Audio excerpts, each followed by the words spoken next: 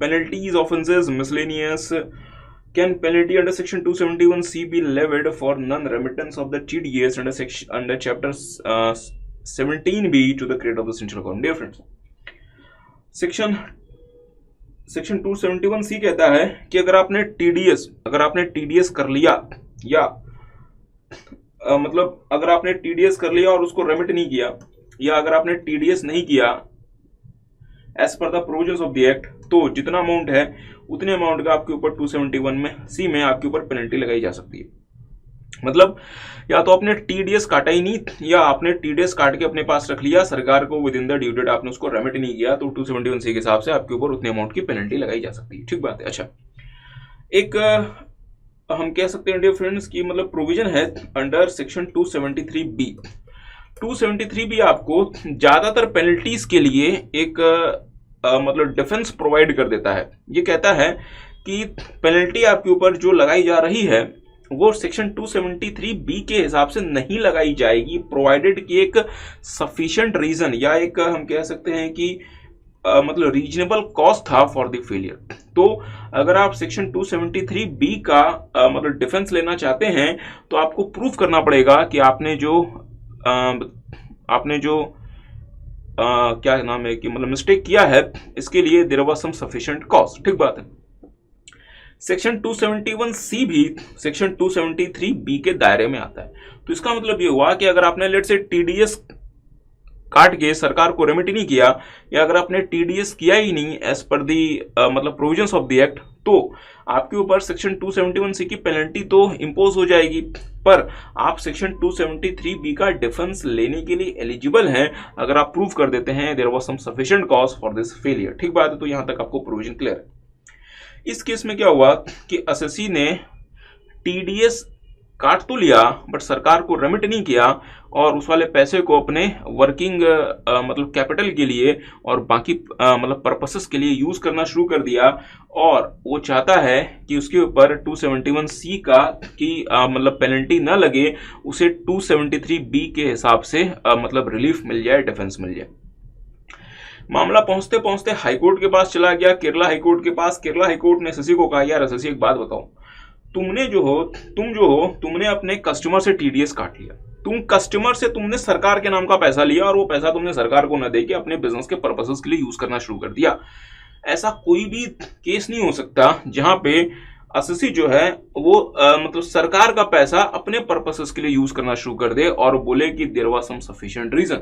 हम इसके लिए किसी भी तरीके का सफिशिएंट रीजन हम एक्सेप्ट करने को रेडी नहीं है। और हाई कोर्ट ने यहाँ पे एसएससी के अगेंस्ट हम कह सकते हैं कि अपना, जहां पे हाई कोर्ट ने एसएससी को जो है वो 273B का बेनिफिट देने से मना कर दिया और कहा कि आपको जो है वो 271C का पेनल्टी पे करना पड़ेगा अगर आपने टीडीएस काटा नहीं एज पर दी मतलब प्रोविजंस ऑफ द एक्ट, या आपने जो है उस टीडीएस को as per the provisions of the act आपने उसे सरकार को रेमिट नहीं किया। ठीक बात है। मींस डिसीजन ये है कि एसएससी को जो है साहब वो 271C की पेनल्टी देनी पड़ेगी, मतलब 273B का डिफेंस एसएससी को नहीं मिलेगा। पेनल्टी तो 271C की लगी गई, डिफेंस मिल सकता था 273B के का जो कि हाई कोर्ट ने देने से मना कर दिया। अच्छा, आगे आते हैं। इस penalty under section 271D imposable for cash loan deposits received from partners. Dear friends, मतलब सेक्शन 1 जिसका नाम है 269SS, सेक्शन 269SS कहता है कि आपको कोई भी डिपॉजिट या कोई भी लोन अगर वो 20,000 रुपया उससे ज्यादा है, आपको वो एक्सेप्ट नहीं करना अदर देन स्पेसिफाइड मोड। मतलब साहब mister A mister B, mister A जो है ये मतलब मिस्टर बी को किसी भी तरीके का कोई भी मतलब मीन्स डिपॉजिट या अगर कोई लोन दे ऑफ ₹20,000 और मोर, ये मिस्टर बी को एक्सेप्ट नहीं करना अगर ये स्पेसिफाइड मोड में नहीं है। सर स्पेसिफाइड मोड का मतलब ये होना चाहिए अकाउंट पे चेक, अकाउंट पे draft, RTGS, UPI, credit card, debit card वगैरह वगैरह। मतलब सिंपल सी बात है साहब कि अगर मिस्टर बी को कैश में अगर ये पैसा दे रहे हैं तो मिस्टर बी को एक्सेप्ट नहीं करना, अगर मिस्टर बी ने ये एक्सेप्ट कर लिया तो साहब मिस्टर बी ने सेक्शन 269SS की का मतलब कॉन्ट्रावेंशन कर दिया, और जैसे आपने सेक्शन 269 का कॉन्ट्रावेंशन कर दिया, आपके ऊपर सेक्शन 271D की पेनल्टी लग जाएगी। किसके ऊपर? रेसिपिएंट के ऊपर, पेयर की बात नहीं कर रहे हम, रेसिपिएंट के ऊपर सेक्शन 260 मतलब सेक्शन 271D की पेनल्टी लग जाएगी, और जितना अमाउंट आपने सेक्शन 269 के कॉन्ट्रावेंशन में एक्सेप्ट किया उतने अमाउंट की आपके ऊपर पेनल्टी लग जाएगी। ठीक बात है। हाँ, सेक्शन 273B का डिफेंस आपको मिल सकता है अगर आप ये प्रूफ कर देते हैं कि there was a sufficient cost. ठीक बात है। तो मान लीजिए मेरे डियर फ्रेंड्स की, अगर मान लीजिए कि मतलब मिस्टर ए ने मिस्टर बी को 10 लाख रुपए कैश में दे दिया डिपॉजिट, 10 लाख रुपए कैश में दे दिया डिपॉजिट। मिस्टर बी को क्या ये पैसा कैश में लेना चाहिए था? नहीं। अगर मिस्टर बी ये पैसा अगर कैश में लेते हैं, अगर ये अमाउंट कैश में लेते हैं, तो मिस्टर बी जो है वो सेक्शन 269 का वायलेशन कर रहे हैं। ठीक बात है, क्योंकि सेक्शन 269 कहता है कि आपको 20,000 रुपए उससे ज्यादा आपको कैश में नहीं लेना। बट मिस्टर बी ने कहा कि क्या फर्क पड़ता है, ले लेते हैं। मिस्टर बी ने जैसे 10 लाख रुपए कैश में ले लिया, मिस्टर बी ने सेक्शन 269 का वायलेशन कर दिया, सेक्शन 271D की पेनल्टी 10 लाख रुपए की मिस्टर बी के ऊपर लग गई। ठीक बात है। हाँ, अगर मिस्टर बी जो है ये प्रूफ कर देते हैं कि there was a sufficient cause for this मतलब फेलियर, तो हो सकता है कि सेक्शन 271D की पेनल्टी को जो है वो मतलब रिड्यूस कर दिया जाए या फिर वेव कर दिया जाए। ठीक बात है, वो तो खैर बात की बात है। इस केस में क्या हुआ, हमने आपको इस केस से जुड़ा हुआ जो मतलब लीगल एस्पेक्ट है वो हमने आपको बता दिया। इस केस में क्या हुआ कि एक पार्टनरशिप फर्म है, उस पार्टनरशिप फर्म ने अपने पार्टनर से बहुत सारा पैसा कैश में ले लिया। मतलब एक पार्टनरशिप फर्म है, इस पार्टनरशिप फर्म ने अपने पार्टनर से, लेट से पार्टनर 1, पार्टनर 2, पार्टनर 3, इनसे बहुत सारा पैसा जो है वो कैश में एक्सेप्ट कर लिया, बहुत सारा मतलब डिपॉजिट कैश में एक्सेप्ट कर लिया। असेसिंग ऑफिसर पहुंच गया पार्टनरशिप फर्म के पास, और असेसिंग ऑफिसर ने पार्टनरशिप फर्म को कहा, यार पार्टनरशिप फर्म तुमने सेक्शन 269 का वायलेशन किया है, सेक्शन 271D की पेनल्टी दो। पार्टनरशिप फर्म असेसिंग ऑफिसर को कहती है, सर जी क्या बात कर रहे हो, सेक्शन 269 ट्रिगर कब होता है? जब हम रिसीव करते हैं डिपॉजिट या लोन। मेरे पार्टनर्स ने तो मुझे अपना कैपिटल कंट्रीब्यूशन दिया है, मेरे पार्टनर्स ने तो मुझे कैपिटल कंट्रीब्यूशन दिया है, मतलब डिपॉजिट या लोन नहीं दिया। इसलिए इस वाले केस में as per partnership firm section 269 नहीं लगेगा in the hands of the partnership. ठीक बात है, क्या मेरी बात समझ पाए? मामला पहुंचते हाई कोर्ट में चला गया, दिल्ली हाई कोर्ट तक डियर फ्रेंड्स ये मामला चला गया, जहां पे क्या हुआ हम इसकी बात करते हैं। तो पार्टनरशिप फर्म ने पहले ये कहा कि सर जी हमें तो हमारे पार्टनर्स ने कैपिटल दिया है, मतलब डिपॉजिट थोड़ा ना दिया। दूसरा पार्टनरशिप फर्म ने कहा कि सर जी पार्टनरशिप फर्म और पार्टनर्स तो एक ही एंटिटी होते हैं, तो एक ही एंटिटी है तो एक पर्सन दूसरे पर्सन को कैसे कुछ दे सकता है? एक पर्सन दूसरे पर्सन को तब ना देता है जब वो दो अलग अलग एंटिटीज होते हैं। पार्टनरशिप फर्म और पार्टनर्स तो कोई सेपरेट है ही नहीं, दीज आर दी टू मतलब these are basically the same entities. तो यहाँ पे ना हम किसी को दे रहे हैं और ना हम किसी से कुछ ले रहे हैं। Are you guys getting? तो दो इश्यूज बने। पहले तो पार्टनरशिप फर्म ने कहा कि साहब कि हमें तो कैपिटल मिला है, डिपॉजिट मिला ही नहीं। दूसरा पार्टनरशिप फर्म ने कहा कि partnership firm and partners are one and the same entity. अच्छा, जहां तक बात है सर जी कैपिटल मिला है डिपॉजिट नहीं मिला, तो मतलब डिपॉजिट का जो मीनिंग है सेक्शन 269 में वो हर प्रकार के डिपॉजिट को कवर करता है, तो ये इस वाले डिपॉजिट को भी कवर करता है। मीन्स अगर पार्टनरशिप हम इसको हम कह सकते हैं कि मतलब कैपिटल का भी नाम दे तो भी कोई फर्क नहीं पड़ता, 269 के दायरे में तब भी आ गया। ठीक बात है। अच्छा, पार्टनरशिप फर्म का अगला जो हम कह सकते हैं कि मतलब एक्सक्यूज था, जहां पे पार्टनरशिप फर्म कहता है कि साहब partnership and partners are one and the same entities, तो यहाँ पे तो दो अलग अलग लोग हैं ही नहीं, तो फिर यहाँ पे सेक्शन 269 कैसे लग गया? हाई कोर्ट ने कहा कि हाँ सर आपका कहना सही है, बहुत सारे केसेस में हाई कोर्ट्स ने भी ये माना हुआ है कि partnership and partners are one and the same entities, but sir ji मतलब सुप्रीम कोर्ट ने अपने केस में कहा हुआ है कि partnership firm and partners are two different civil entities, और इनकम टैक्स के पर्पसेस के लिए भी पार्टनरशिप फर्म अलग है, पार्टनर्स अलग है। इनकम टैक्स के पर्पसेस के लिए पार्टनरशिप फर्म और मतलब पार्टनर्स को सेम एंटिटी नहीं माना गया। क्या मेरी बात आप समझ पा रहे हैं? अगर आप डियर इनकम टैक्स के प्रोविजंस को देखें तो partnership firm is a separately accessible entity, और पार्टनरशिप फर्म को पार्टनरशिप फर्म के स्टेटस पे टैक्स देना पड़ता है, और पार्टनरशिप फर्म जो है डियर वो अपने नाम पे आईटीआर फाइल कर सकता है, अपने लिए अपने नाम पे वो सारे के सारे लीगल ट्रांजेक्शंस कर सकता है। और पार्टनरशिप फर्म जब अपना प्रॉफिट का शेयर पार्टनर को देता है तो वो पार्टनर के हैंड में एग्जेम्प्ट होता है अंडर सेक्शन 10(2)(a)। क्या मेरी बात समझ पाए? तो इनकम टैक्स पर्पसेस के लिए भी पार्टनरशिप फर्म और मतलब पार्टनर्स दो अलग अलग लोग हैं। तो इसका मतलब ये हुआ कि पार्टनरशिप फर्म के दोनों एक्सक्यूजेस को दिल्ली हाई कोर्ट ने मना कर दिया कि साहब नहीं, आपने यहाँ पे आपने इन कॉन्ट्रावेंशन ऑफ सेक्शन 269(s) आपने जो है वो पैसे एक्सेप्ट किए हैं, इसलिए यहाँ पे 271D की पेनल्टी तो ट्रिगर होती है। मुथूट फाइनेंस को लगा के साहब जब हम केस हार रहे हैं तो मुथूट फाइनेंस ने आखिरी अपना दांव चला कि उसे सेक्शन 273B का बेनिफिट मिल गया। सेक्शन 273B का बेनिफिट आपको कब मिलता है? जब आपने ये प्रूव कर दें कि साहब there was some genuine reason, और जो मतलब ट्रांजैक्शन था वो कोई फेक ट्रांजैक्शन एक तरह से हम कह सकते हैं कि मतलब नहीं था। तो यहाँ पे मुथूट फाइनेंस ने कहा कि ठीक है सर, आपका कहना सही है, बट इस मतलब ट्रांजैक्शन में हमारा पर्पस टैक्स इवेजन नहीं था, हम ब्लैक मनी को व्हाइट मनी में कन्वर्ट नहीं कर रहे थे। हमारे पार्टनर्स की क्रेडिट वर्थनेस है कि इनके पास इतना पैसा है जिन्होंने हमें एज अ कैपिटल यहाँ पे मीन्स हमें जो है वो अमाउंट हमें पे किया। मतलब सारे के सारे पैरामीटर्स के तहत ये ट्रांजैक्शन जो है this is a genuine business transaction जिसका कहीं से भी इंटेंशन टैक्स इवेजन नहीं था। तो मतलब दिल्ली हाई कोर्ट ने डियर फ्रेंड्स तब जाके सेक्शन 273B इन्वोक किया और 271D की पेनल्टी को हटा दिया, मीन्स मतलब विड्रॉ कर लिया। ठीक है, तो यहां पे ध्यान देने वाली बात यह है डियर फ्रेंड्स कि यहां पे डायरेक्ट बेनिफिट एसएससी को नहीं मिला, एसएससी के ऊपर 271D की पेनल्टी लग गई, एसएससी के ऊपर 271D की पेनल्टी लग गई।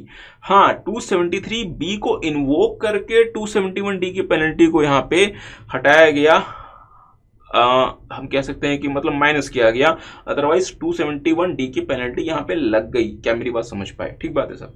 अच्छा, आगे आते हैं case number 89, where an assessee repays a loan merely by passing adjustment entries in the books of accounts, can such repayment be taken as a contravention of the provisions of 269T to attract the provisions of section 271A? Dear friends, थोड़ा सा मेरी बात पे मतलब ध्यान दीजिएगा। Section 269(s) कहता है कि आपको ना 20,000 रुपए उससे ज्यादा का लोन कैश वगैरह के मोड में एक्सेप्ट नहीं करना। इसी तरीके से सेक्शन 269T कहता है कि आपको 20,000 रुपए उससे ज्यादा का लोन कैश वगैरह के मोड में पे नहीं करना, कैश वगैरह के मोड में पे नहीं करना। तो अगर आपने किसी से भी कोई लोन वगैरह लिया है, अगर आप उसको रिपे कर रहे हैं 20,000 रुपया उससे अधिक को, तो आपको वो पैसा पे करना पड़ेगा in the allowed mode, in the specified mode only. और साहब स्पेसिफाइड मोड क्या है? स्पेसिफाइड मोड है dear friends account payee cheque, account payee bank draft, net banking, credit card, debit card, UPI, RTGS, NEFT, भीम Aadhaar pay वगैरह। ठीक है। अच्छा, अलाउड मोड में दो मोड्स नहीं है, एक तो साहब कैश मोड अगर आप दे रहे हैं तो ये अलाउड मोड नहीं है, दूसरा अगर आप बुक एंट्री के थ्रू दे रहे हैं तो भी अलाउड मोड नहीं। अगर आप लेट्स से कि मतलब बुक एंट्री के थ्रू अगर आप पे कर रहे हैं तो भी अलाउड मोड नहीं है। अब हुआ क्या, मेरी बात पे थोड़ा सा ध्यान दीजिएगा। अब लेट्स से कंपनी है ए लिमिटेड, एक कंपनी है बी लिमिटेड। मान लीजिए ए लिमिटेड ने बी लिमिटेड से लोन लिया, बी लिमिटेड ने ए लिमिटेड को लोन दिया लेट्स से साहब 5 लाख रुपए का। ठीक है, 6 महीने के बाद, अभी तक लोन मान लीजिए कि मतलब आउटस्टैंडिंग है, 6 महीने के बाद ए लिमिटेड ने बी लिमिटेड को क्रेडिट में गुड्स सेल किया।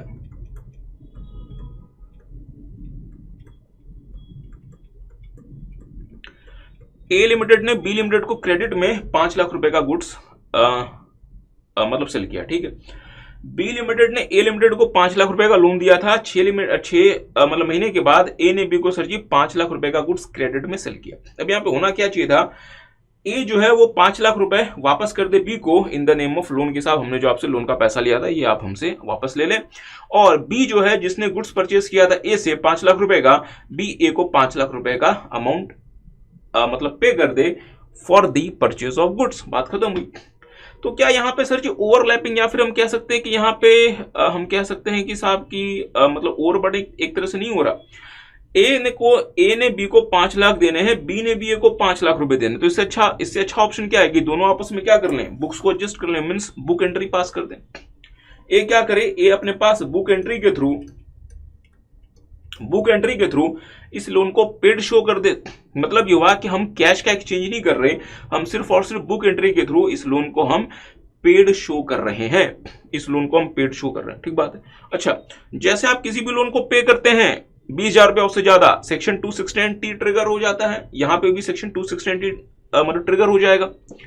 सेक्शन 269T कहता है साहब कि अगर आप कोई भी लोन को पे करेंगे तो आप उसको स्पेसिफाइड या अलाउड मोड में करेंगे। यहाँ पे ए लिमिटेड ने बी लिमिटेड को लोन तो पे किया है, बट वो मोड कौन सा है साहब, बुक एंट्री।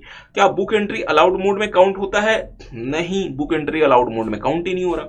असेसिंग ऑफिसर पहुंच गया ए के पास और बोलेगा कि सर जी आपने ना लोन पे किया है इन contravention of the provisions of section 269T, इसलिए आपके ऊपर सेक्शन 271E की पेनल्टी लग गई, 5 लाख रुपए की पेनल्टी दे दो। क्या मेरी बात समझ पाए? असेसिंग बोलेगा कि साहब कैसी बातें करते हो, हमने तो बुक एंट्री के थ्रू, हमने तो सिर्फ अपनी किताबों में ही एडजस्टमेंट किया है, हमने तो कुछ पे ही नहीं किया।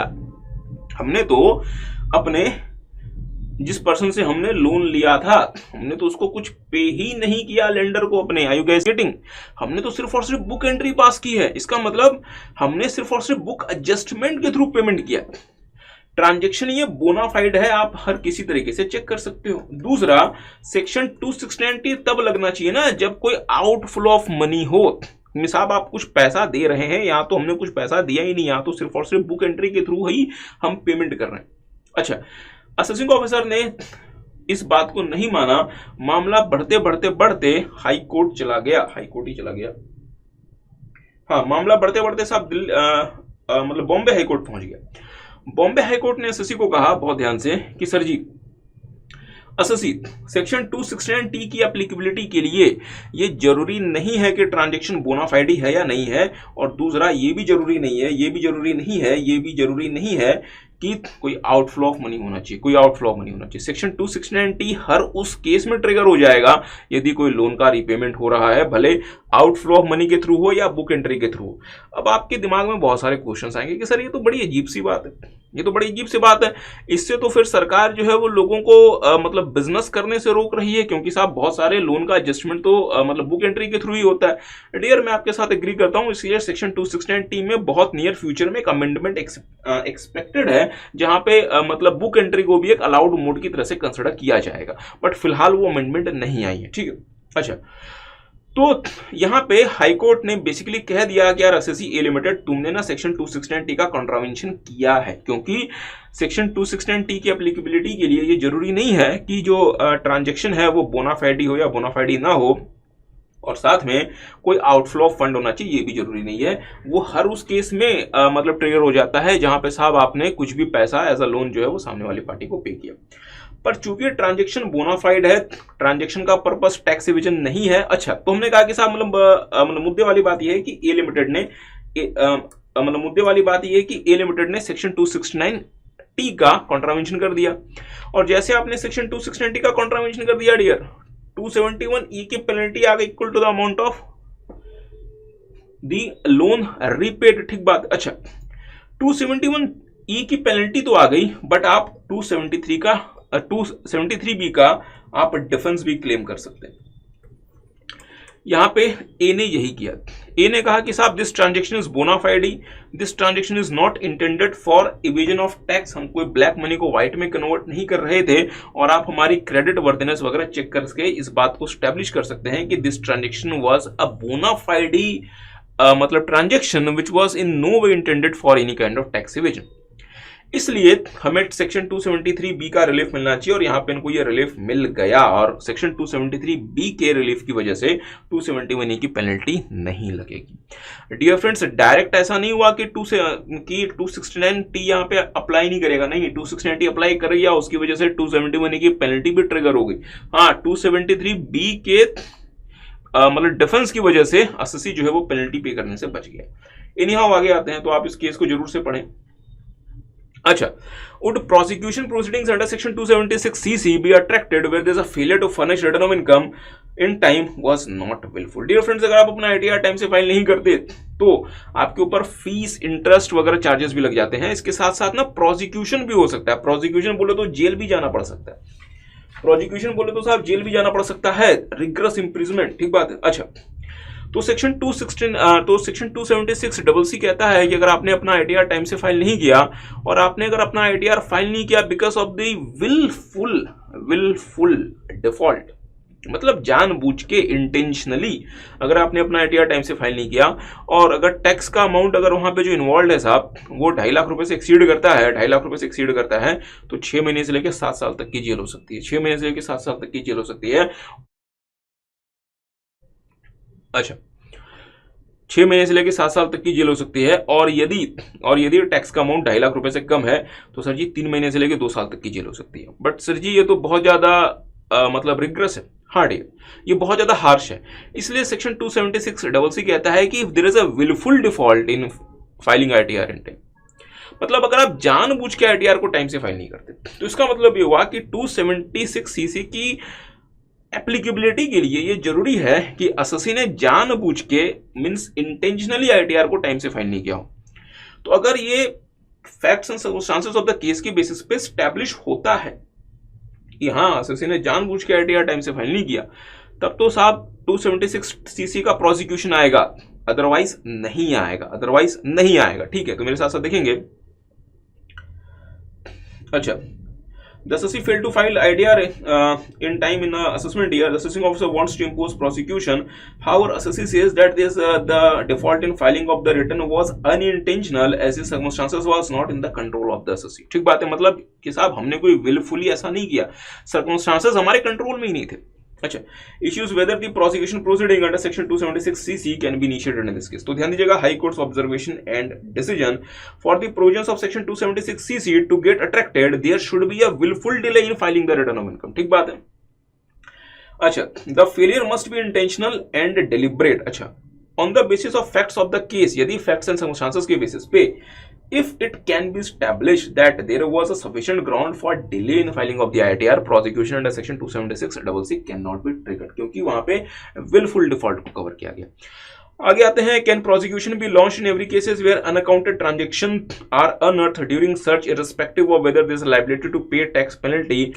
अगर ये लिंकेज स्टैब्लिश होता है on the basis of facts and मतलब सर्कमस्टांसेस ऑफ द केस, तब आप ये कह सकते हैं, आप ऑटोमेटिकली ये अज्यूम नहीं कर सकते। ठीक है साहब, तो मेरे साथ से देखेंगे, unless and until it is determined that the unaccounted transaction unearthed during search was liable for the payment of tax penalty interest, no prosecution could be launched on the ground of attempt to evade such tax penalty or interest। मतलब ये हुआ कि सिर्फ इस वजह से साहब की कुछ अनअकाउंटेड मनी मिल गया, ये आप नहीं मान सकते कि हमने जो है वो टैक्स इंटरेस्ट पेनल्टी का पेमेंट अवॉइड कर दिया, जब तक कि आप इस चीज को स्टैब्लिश नहीं कर सकते, प्रूफ नहीं कर सकते। ठीक है। अच्छा, can the department launch prosecution in case they have accepted the revised return filed by the assessee rectifying a mistake in the original return of income? Dear friends, अगर आप अपने ओरिजिनल रिटर्न ऑफ इनकम को file करते हैं, जो अगर आप अपना आईटीआर फाइल करते हैं सेक्शन 139(1) मिनट से, अगर आपने कुछ गलत पर्टिकुलर्स वहां पे फर्निश कर दिए, अगर आपने जो है वो इनकरेक्ट स्टेटमेंट्स वगैरह अगर आपने उसके साथ फर्निश कर दिए, तो आपके ऊपर इंटरेस्ट पेनल्टी तो ये तो आपके ऊपर लगी जाएगी, बट साथ में आपके ऊपर सेक्शन 276C, 277 और 278 के हिसाब से प्रोसिक्यूशन भी लग जाएगा। अगर बोनाफाइड मिस्टेक है तब तो इट इज ओके, अदरवाइज आपके ऊपर प्रोसिक्यूशन प्रोसीडिंग्स भी इनिशिएट कर दी जाएगी। ठीक है। इस केस में क्या हुआ, एसएससी ने अपना आईटीआर फाइल किया अंडर सेक्शन 139(1) और उस आईटीआर में एसएससी ने कुछ इनकरेक्ट पर्टिकुलर्स वगैरह फर्निश कर दिए, कुछ इनकरेक्ट स्टेटमेंट्स वगैरह साथ में लगा दिए। इसकी वजह से प्रोसिक्यूशन प्रोसीडिंग्स जो है वो हम कह सकते हैं कि मतलब ट्रिगर हो गई। ठीक है। प्रोसिक्यूशन प्रोसीडिंग्स कंटिन्यू करेंगी यदि ये गलती बोनाफाइडी नहीं थी, बट अगर एसएससी इस बात को प्रूव कर देता है कि मिस्टेक वाज मतलब बोनाफाइडी, तो प्रोसिक्यूशन प्रोसीडिंग आगे कंटिन्यू नहीं करेगी। ठीक है। एसएससी ने उस आईटीआर के बदले रिवाइज्ड मतलब रिटर्न अंडर सेक्शन 139(5) फाइल कर दिया, और डिपार्टमेंट ने उस रिवाइज रिटर्न को एक्सेप्ट भी कर लिया। डियर फ्रेंड्स, रिवाइज रिटर्न जब से आप फाइल करते हैं, मतलब जिस दिन से आप रिवाइज रिटर्न फाइल करते हैं, रिवाइज रिटर्न आपके ओरिजिनल आईटीआर को उस दिन से सब्स्टिट्यूट कर देता है और आगे कौन जाता है, सिर्फ और सिर्फ रिवाइज रिटर्न। इसका मतलब ये हुआ कि लेट्स से आपने 1 जून को आईटीआर फाइल किया अंडर सेक्शन 139(1), बट आपने लेट से 1 अगस्त को रिवाइज्ड आईटीआर फाइल किया अंडर सेक्शन 139(5), तो 1 अगस्त से जो है डियर वो सिर्फ और सिर्फ रिवाइज आईटीआर ही आपका आगे काउंट किया जाएगा। इस ओरिजिनल आईटीआर की इसके बाद से कोई वैलिडिटी नहीं बचती। मामला पहुंचते पहुंचते साहब कर्नाटका हाईकोर्ट में चला गया और कर्नाटका हाईकोर्ट ने कहा कि चूंकि यहां पर डिपार्टमेंट ने एसएससी का रिवाइज आईटीआर एक्सेप्ट कर लिया, इट इंप्लाइज कि एसएससी से जो मतलब मिस्टेक हुई थी, दैट मिस्टेक वाज बोनाफाइड ही, और वो मिस्टेक बोनाफाइड है, इसलिए प्रोसिक्यूशन प्रोसीडिंग्स को ड्रॉप कर दिया जाए। ठीक बात है। अगर डिपार्टमेंट यहाँ पे रिवाइज आईटीआर एक्सेप्ट नहीं करता तो हम ये मान सकते थे कि साहब कि यहाँ पे क्या था, विलफुल मतलब डिफॉल्ट। ठीक है, अच्छा आगे आते हैं। डिफरेंस इनकम टैक्स एक्ट में डियर जब भी आपको कोई प्रोसीडिंग्स वगैरह करनी होती हैं तो आपको उसके लिए नोटिस इशू करना होता है। नोटिस इशू करना होता है, जैसे फॉर एग्जांपल अगर आपको लेट से स्क्रूटनी असेसमेंट करना है अंडर सेक्शन 143(3) तो आपको नोटिस इशू करना पड़ता है अंडर सेक्शन 143(2). तो अगर आपको स्क्रूटनी असेसमेंट करना है अंडर सेक्शन 143(3) तो आपको मीन्स नोटिस इशू करना पड़ता है अंडर सेक्शन 143(2).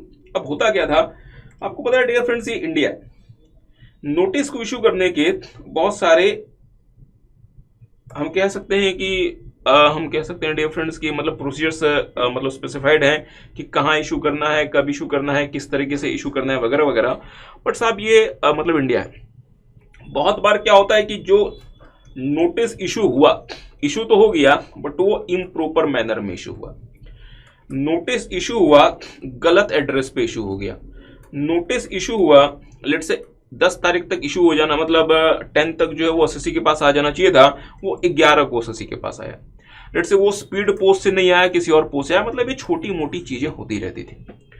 इन छोटी मोटी चीजों की वजह से क्या होता था कि एसएससी जो है, जो कि अभी तक हो सकता है कि डिपार्टमेंट के साथ कोऑपरेट करे, वो सर जी कोर्ट में चला जाता था और कहता था कि मुझे नोटिस जो है वो इम्प्रॉपर तरीके से सर्व हुआ, इसलिए आप इस असेसमेंट प्रोसीडिंग को वॉइड की तरह से डिक्लेयर कर दें, और कोर्ट जो है डियर वो एसएससी के फेवर में रूलिंग भी दे देते थे। तो इसका मतलब जो प्रोसीडिंग चल रही है, जो असेसमेंट प्रोसीडिंग चल रही है, एसएससी उस पूरी की पूरी असेसमेंट प्रोसीडिंग की बैंड बजवा देता था और कोर्ट्स भी ये मान जाती थी, और वो पूरी की पूरी असेसमेंट प्रोसीडिंग जो है सर जी वो वॉइड की तरह से डिक्लेयर कर ली जाती थी बिकॉज ऑफ सम स्मॉल मतलब mistakes in the issue of notice. ठीक बात है। इसकी वजह से डियर फ्रेंड्स मतलब डिपार्टमेंट का बहुत सारा टाइम और रिसोर्सेज वेस्ट हो जाता था। ऐसी चीजों को कब करने के लिए एक नया प्रोविजन ऐड किया गया था जिसका नाम है सेक्शन 292(b), जो सेक्शन कहता है कि अगर एसएससी ने डिपार्टमेंट के साथ कोऑपरेट किया है इन दी मतलब प्रोसीडिंग्स, तो नोटिस अगर इम्प्रॉपर मैनर में भी इशू हो या आफ्टर टाइम भी इशू हो या गलत एड्रेस वगैरह में भी इशू हो, तो भी वो वैलिड नोटिस माना जाएगा, और आप उसके अगेंस्ट जो है वो कोर्ट में जाके असेसमेंट प्रोसीडिंग को वॉइड की तरह से डिक्लेयर नहीं करवा सकते। ठीक बात है। अच्छा, ध्यान देने वाली बात डियर फ्रेंड्स यहाँ पे ये है कि सेक्शन 292(b) कहता है कि आपने कोई नोटिस इशू किया और वो आपने इम्प्रॉपर मैनर में इशू कर दिया। इम्प्रॉपर मैनर का मतलब हुआ कि आपको लेट से स्पीड पोस्ट से भेजना चाहिए था, आपने उसको लेट से कि मतलब जनरल पोस्ट से भेज दिया, या आपने उसको आफ्टर टाइम इशू किया, मीन्स आपको वो मतलब 10 तारीख तक एसएससी के पास आपको वो जो है वो सर्व कर देना चाहिए था, एसएससी के पास 11 तारीख को है, आपने उसको लेट से किसी और एड्रेस पे हो सकता है कि मतलब भेज दिया, मीन्स एसएससी के हो सकता है कि आपको उसके ऑफिस में आपको उसको मतलब भेजना चाहिए था, आपने एसएससी के घर पे भेज दिया, मीन्स मतलब रेसिडेंस ऑफ द एसएससी वगैरह वगैरह, मतलब छोटी मोटी चीजें। तो इन छोटी मोटी चीजों की वजह से नोटिस को हम इनवैलिड की तरह से डिक्लेयर नहीं कर सकते और आपके असेसमेंट प्रोसीडिंग को वॉइड नहीं कर सकते। अदरवाइज सर जी इससे जो है वो सीबीडीटी का बहुत सारा टाइम रिसोर्सेज वगैरह बर्बाद हो जाता है। सरकार के पास ऐसे ही साहब इतना ज्यादा कोई फंड नहीं होता, फिर हम आगे अपना काम कैसे चलाएंगे। You guys get it. पर सेक्शन 292 मतलब डबल भी कहीं भी ये नहीं कहता कि आप जो हो वो नोटिस इशू ही ना करो तो भी काम चल जाएगा। 292 ये कहता है कि आपने अगर नोटिस इशू किया, अगर उसमें छोटे मोटे इश्यूज हैं, अगर उसमें छोटी मोटी हम कह सकते हैं कि मतलब गलतियां हैं, तो वो उस चीज को मैटर नहीं करेंगी। बट इसका मतलब ये नहीं कि आप नोटिस ही इशू करना बंद कर दो और आप बोलो कि साहब हम जो है आपको वो इशू ही नहीं करेंगे नोटिस, और एसएससी ने चूंकि हमारे साथ कॉपरेट किया इसलिए सेक्शन 292 अप्लाई कर जाएगा और ये जो मतलब प्रोसीडिंग है इसको हम वैलिड मान लेंगे। नहीं, ध्यान दीजिएगा, is the omission to issue the notice under section 143(2) a defect not curable in spite of section 292(b) in spite of participation by the SSC in assessment proceeding। मतलब ये हुआ कि क्या हम अगर हमें लेट से कि एसएससी का स्क्रूटनी असेसमेंट अगर हमें मतलब करना है, तो क्या हम 143(2) का नोटिस इशू किए बिना भी वो स्क्रूटनी असेसमेंट मतलब कर सकते हैं by taking the defence of section 292 मतलब BB। तो कोर्ट ने क्या कहा कि साहब आप 292 का डिफेंस क्लेम कर सकते हो छोटी मोटी हमें कह सकते हैं कि मतलब गलतियों के लिए। इसका मतलब ये नहीं कि आप जो है वो लोगों को नोटिस इशू करना ही बंद कर दो। Section 292 does not save complete absence of issue of notice.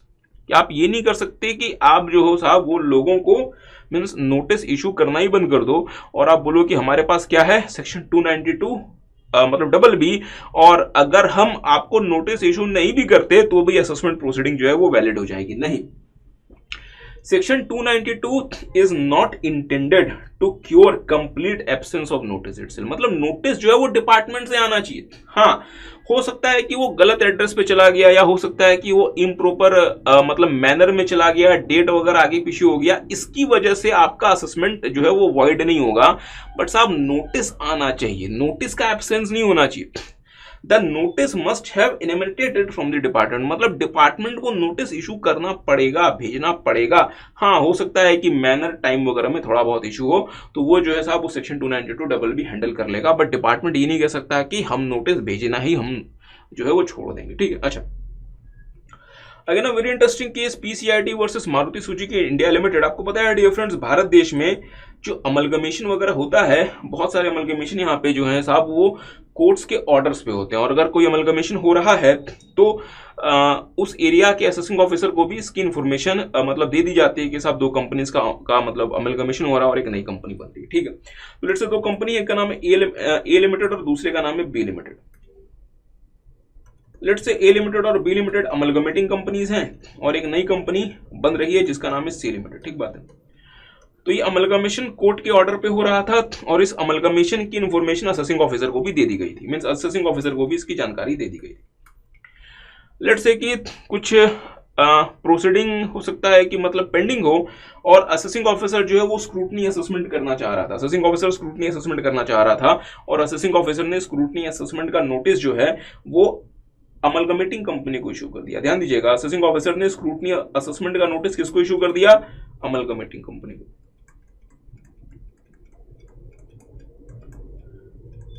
Assessing officer ने नोटिस मतलब किसको इशू कर दिया? अमलगमेटिंग कंपनी को। जब ये नोटिस असेसिंग ऑफिसर ने अमलगमेटिंग कंपनी को इशू किया, उसके पहले अमलगमेशन की प्रोसीडिंग कंप्लीट हो चुकी थी, नई कंपनी एग्जिस्टेंस में आ चुकी थी, अमलगमेटिंग कंपनीज डिसकंटिन्यू हो चुकी थी, खत्म हो चुकी थी, सीज ऑफ हो चुकी थी। Are you guys getting? हाँ, C limited means amalgamated company ने असेसिंग ऑफिसर के साथ कोऑपरेट किया, पर नोटिस असेसिंग ऑफिसर ने 143(2) का जिसको इशू कर दिया वो एंटिटी ही अब सर्वाइव नहीं करती। तो सवाल बनता है कि क्या यहाँ पे नोटिस को इनवैलिड माना जाएगा या सेक्शन 292 इन्वोक करके नोटिस की वैलिडिटी बरकरार रखी जा सकती है। डियर फ्रेंड, सेक्शन 292 कहता है कि अगर आपने नोटिस इम्प्रॉपर तरीके से, इम्प्रॉपर मैनर में, इम्प्रॉपर प्लेस में सर्व कर दिया तो नोटिस आपका वैलिड रहेगा। अगर आपने नोटिस इम्प्रॉपर पर्सन को भेज दिया तो नोटिस इनवैलिड हो जाएगा। पर sir amalgamating company, amalgamated company, तो ये बहुत ज्यादा तो इम्प्रॉपर नहीं है, दोनों ही तो आपस में एक दूसरे से कहीं ना कहीं तो रिलेट करते हैं, तो आप ये कैसे कह सकते हैं कि ये इम्प्रॉपर पर्सन है? आपका कहना सही है। चूंकि सर जी जब ये नोटिस इशू किया गया, ध्यान दीजिएगा, जब ये नोटिस अमलगमेटिंग कंपनी को इशू किया गया तो अमलगमेटिंग कंपनी संसार में एग्जिस्ट ही नहीं करती थी, क्योंकि ये इसके पहले ही खत्म हो चुकी थी और अमलगमेटेड में मर्ज हो चुकी थी। मतलब आरओसी के पास उस दिन अमलगमेटिंग कंपनी का कोई रिकॉर्ड ही नहीं था, मतलब उस दिन अमलगमेटिंग कंपनी एग्जिस्ट ही नहीं करती थी। मींस असेसिंग ऑफिसर ने एक नॉन एग्जिस्टिंग पर्सन को नोटिस इशू कर दिया। Are you guys getting? तो साहब अगर आप एक नॉन एग्जिस्टिंग पर्सन को नोटिस इशू कर देंगे तो फिर काम कैसे चलेगा? इसलिए सेक्शन 292 को भी आप लगा के इस नोटिस को वैलिड की तरह से कंसिडर नहीं कर सकते। The notice will be considered as invalid और अकॉर्डिंगली आपको दोबारा से मतलब नोटिस इशू करके प्रोसीडिंग को इनिशिएट करना पड़ेगा। तो देखेंगे साहब, the initiation of assessment proceeding against an entity which ceased to exist was void ab इशू कि साहब आपने एक ऐसे पर्सन के अगेंस्ट जो है वो असेसमेंट प्रोसीडिंग शुरू कर दी जो एग्जिस्ट ही नहीं करता, जो अमलगमेट होके अमलगमेटेड में मर्ज हो चुका है, इसलिए आपकी असेसमेंट प्रोसीडिंग भी इनवैलिड है क्योंकि नोटिस ही इनवैलिड था। अच्छा, आगे आते हैं, can assessing officer suo moto assume the jurisdiction to declare the sale of property as void under section 281? Dear friends, अगर असेसी की असेसमेंट जो है वो पेंडिंग है या असेसमेंट तो हो गई है बट अभी तक मतलब डिमांड वगैरह असेसी ने पे नहीं किया, तो असेसी अपने एसेट्स को पार्ट विद नहीं कर सकता, ट्रांसफर नहीं कर सकता किसी और पर्सन को अनटिल एंड अनलेस कि उसने जो है वो अप्रूवल ले लियो। ठीक बात है। सेक्शन 281 कहता है कि अगर असेसी ने ऐसे सिचुएशन में अपने एसेट्स को किसी और दूसरे पर्सन के साथ पार्ट कर दिया या अगर मान लीजिए कि मतलब ट्रांसफर कर दिया तो वो ट्रांसफर वॉइड माना जाएगा। सेक्शन कहता है वो ट्रांसफर वॉइड माना जाएगा, बट उस ट्रांसफर को वॉइड कैसे माना जाएगा या उसका मतलब मैकेनिज्म क्या होगा ये सेक्शन 281 नहीं बताता। तो हुआ क्या, असेसिंग ऑफिसर्स ने साहब खुद ही उस ट्रांसफर को वॉइड डिक्लेयर करना शुरू कर दिया। असेसिंग ऑफिसर्स ने खुद ही उस ट्रांसफर को वॉइड की तरह से मतलब डिक्लेयर करना शुरू कर दिया। मामला पहुंचते पहुंचते इलाहाबाद हाई कोर्ट में चला गया। इलाहाबाद हाई कोर्ट ने असेसिंग ऑफिसर से पूछा कि यार असेसिंग ऑफिसर बताओ, तुमको ये किसने राइट दे दिया कि तुम किसी भी ट्रांसफर को वॉइड की तरह से डिक्लेयर कर दो? असेसिंग ऑफिसर कहता है सर जी सेक्शन 281 ने, हाई कोर्ट ने कहा कि बताओ सेक्शन 281 में ये कहां लिखा हुआ है? सेक्शन 281 में तो बस ये लिखा हुआ है कि ट्रांसफर को वॉइड मान लिया जाएगा। ये कहां लिखा हुआ है कि उसको वॉइड डिक्लेयर करने का पावर असेसिंग ऑफिसर के पास होगा या इनकम टैक्स अथॉरिटी के पास होगा? किसी को बात समझे? Section 281 just mentions that such transfer shall be considered as void, but it is nowhere mentioned in section 281 that the power to declare that transfer as void is being given to the assessing officer or to the income tax authority. Okay, then sir, if the income tax authority or if the assessing officer do not have the power to treat the transfer as void, then who is going to treat it as a void? High court ने कहा कि sir जी property के transfer को void की तरह से declare करने का एक मैकेनिज्म दिया गया है section 53 of the transfer of property act में, और वहां पे ये कहा गया है कि आपको कोर्ट वगैरह के पास जाना पड़ेगा, कोर्ट से ऑर्डर लेकर आना पड़ेगा। तो असेसिंग ऑफिसर को भी section 53 of the transfer of the property act के मैकेनिज्म को फॉलो करना चाहिए अगर उसे किसी प्रॉपर्टी के ट्रांसफर को वॉइड की तरह से डिक्लेयर कराना है। वो सुओ मोटो जो है साहब वो उसके ट्रांसफर को वॉइड की तरह से डिक्लेयर नहीं करा सकता। तो this is basically doctor Manoj Kabra versus ITO